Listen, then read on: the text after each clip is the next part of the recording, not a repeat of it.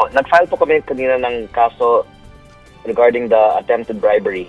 But I think that there are much guiltier parties than this district engineer.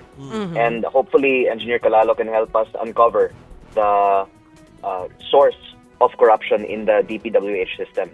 Ang wish po natin ay hindi lang yung isang insidente po ang tatalakayan natin, kung hindi din bakit natin pinapayagan na widespread ang sistema ng pagbibigay ng mga SOP sa mga, sabihin na po natin, congressman ng at least distrito ko sa Batangas, na sabi daw noon, ayon sa mga kwento sa akin ni Engineer Calalo, ang congressman daw po ang pumipili ng mga kontraktor at sila po ay then nagbibigay ng SOP sa mga kontraktor. Sana po kung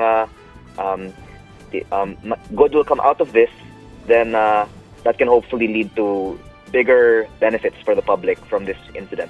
Pero Kong, were you able to talk to Engineer Calalo? And ano po ang nasabi niya tungkol dito sa naiisip ninyo na baka pwede siyang tumestigo? Willing ba siya na kumbaga sabihin yung lahat ng nalalaan niya para maibulgar na rin kung ano ba tong mga anomalies na nangyayari dyan sa DPWH? Oh, this is my proposal today, and it's up to Engineer Calalo to consider it. I also respect his situation now that would require him to really process everything. It's been quite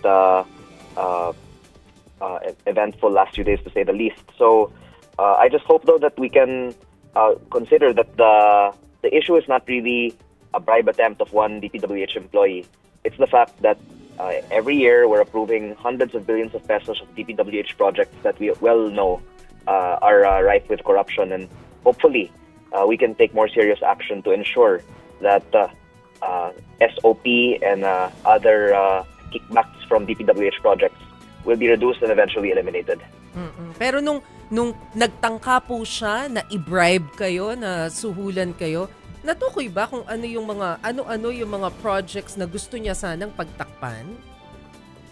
Opo, ang sinabi po niya ay nakikita nila, ini-inspect ko po yung mga flood control projects sa ating distrito, kabilang ang mga nasirang mga proyekto, at ito daw ay inaayos naman ng mga kontraktor.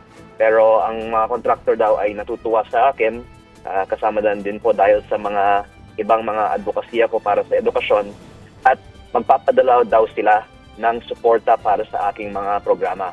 Kaya siyempre may mga euphemisms ang ganitong klaseng mga usapan, pero ang na-retrieve po ay 3.1 million pesos cash, which represents 3% of 104 million peso project, na may kasamang resibo. Nakalagay po yung proyekto for which the cash is for. And meron daw pong ibang mga proyekto na ang mga contractor ay willing na magpadala na ng kanilang so-called suporta, at magkikipag-meeting sana kami sa iba pang mga contractors, pero of course I knew that was illegal and asked for the help of PNP. But the fact that there is SOP in DPWH projects is not really a surprise to most of your viewers, I'm sure. It's just that it's so widespread now, and parang sanay na po ang mga nasa DPWH 1st District Batangas Engineering Office sa kalakaran na ito, that they would even so openly discuss it. That was just a bit of a surprise to me po.